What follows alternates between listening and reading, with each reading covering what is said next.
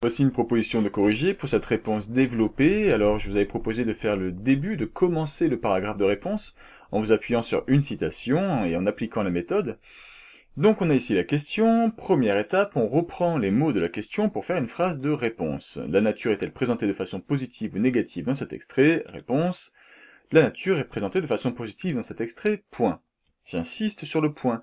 Beaucoup d'élèves auraient poursuivi en disant « car »,« tout d'abord », etc. et auraient ainsi rallongé leur phrase, ce qui fait perdre en clarté, et il faut vraiment être compréhensible quand on rédige une réponse développée.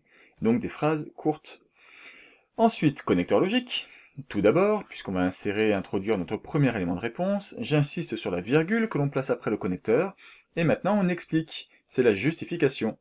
Le poète est accepté par elle. Voilà, ça c'est la façon dont je veux exprimer l'idée que la nature va l'accueillir. Hein. Plutôt que de répéter le mot accueillir, je emploie le mot accepter. Deux points, ouvrez les guillemets, je cite. Les bras fluides et doux des rivières m'accueillent.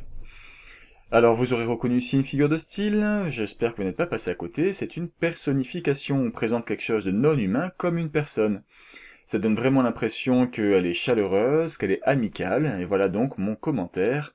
La personnification, le verbe, indique, et ce que ça apporte en plus le détail, que les cours d'eau semblent vouloir se montrer amicaux avec lui.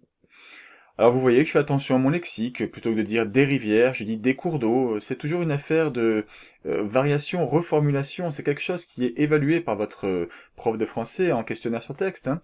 Donc j'utilise des synonymes, des mots de même sens, je reformule.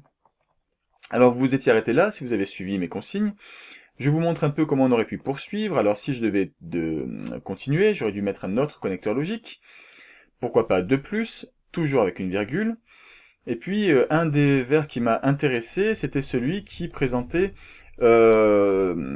l'insistance sur la lumière, le corps enveloppé de vent et de lumière. Alors, je vais l'utiliser et je vais insister sur le fait que c'est l'impression que tout baigne dans cette lumière. Alors voilà ma phrase. Tout semble lumineux et beau. Deux points, et encore la ponctuation, je fais attention, je cite. Le corps enveloppé de vent et de lumière. Alors c'était pas forcément évident de rajouter un autre élément pour utiliser du vocabulaire technique, mais la lumière, le poète insiste beaucoup sur les extraits que je vous ai proposés. On peut parler du coup de champ lexical. Et voilà donc le commentaire, le champ lexical de la lumière, clair, lui. Alors là je change de verbe, vu que je ne suis pas forcément sûr de moi, je vais mettre donne l'impression que, et mon commentaire, que les lieux sont paradisiaques. Donc voilà comment j'ai construit mon paragraphe de réponse. On est sur un très bon niveau 5e, ne vous inquiétez pas si vous avez été en difficulté. Le but c'est de retenir qu'il y a une structure, qu'il y a une méthode, qu'il y a des étapes.